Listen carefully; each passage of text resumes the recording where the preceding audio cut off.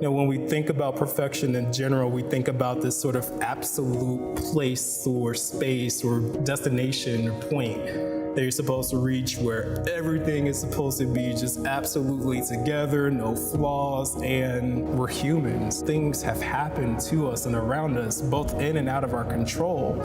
And so to give ourselves just that much more burden around this idea of, this absolute place of just flawlessness doesn't make sense.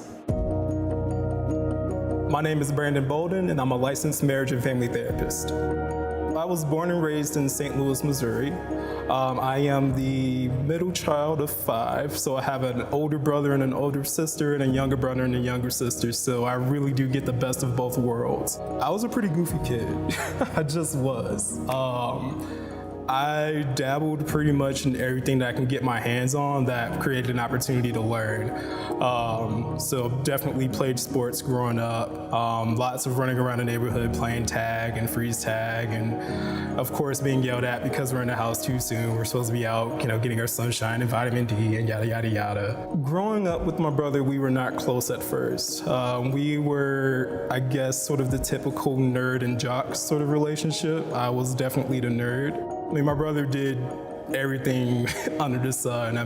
He was pretty much a leader wherever he went, and everything he touched pretty much turned to gold, compared to me, who was really into comics and cartoons and things like that. And so we didn't get along at first. I don't think it was until after I suffered some trauma and he became aware of it, that he quickly realized that his relationship with me needed to shift. And so I think from that moment on, we grew rather close. When I was young, about 10 or so, I was in the back room of my house just playing video games, just kind of expecting to kind of have some alone time when many of the adults who were in a front room, they came in and sexually abused me. And no one knew about it until years later, just with the stigma around this idea of, not tattling or ratting out, people that you're connected to out of fear of being hurt, being killed even. There's a lot of connection to gang violence in relations, both directly and indirectly with my family. And so to tell could potentially put my family at risk. I did eventually tell my brother though, just out of pain, out of just I'd had enough. I just said it out loud. And I remember the look on his face as if life just kind of left him. And he actually walked out of the room first. He was that shocked that this news had just came out of me. And when he came back, he just was like, "Are you serious? Is this real? Are you telling the truth?" And I was like, "Yeah." From there, we just kind of sat there and cried a bunch. I'm glad that it came out because it, again, shifted our relationship in a tremendous way. I think he realized finally that my experience was real. Yeah, from there, he became a big protector of mine.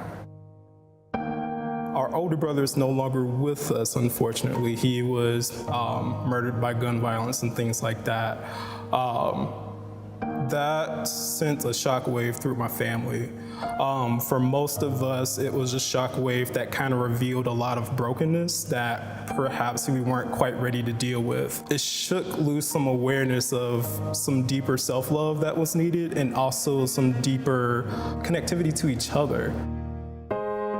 I can't recall a specific moment for me where it clicked that I needed help. The earliest memory that I remember that sort of started the train was around my junior year in college and undergrad. I remember sitting in my dorm room just having this sort of moment of dissonance, I'm okay, but it doesn't seem like I'm okay. what do I do about this? And no one in my family has talked about therapy, and I don't know if they ever knew that that was a resource. And no one here seems to be talking about it either, and yet everyone seems to want, what is the solution? And so I just remember just kind of doing some research, getting curious, and then this idea of therapy came around. And if there's anything, my brother taught me, take everything with a grain of salt. And if you don't like it, you don't have to eat it. Now, therapy has really helped me to recognize that there are options available when I feel stuck, and also to learn how to create those options if none exist. And if I'm truly in a situation to where no options can be created, or no options exist, I can at least learn how to maintain myself until some do present themselves. It's not about having it all together. It never was.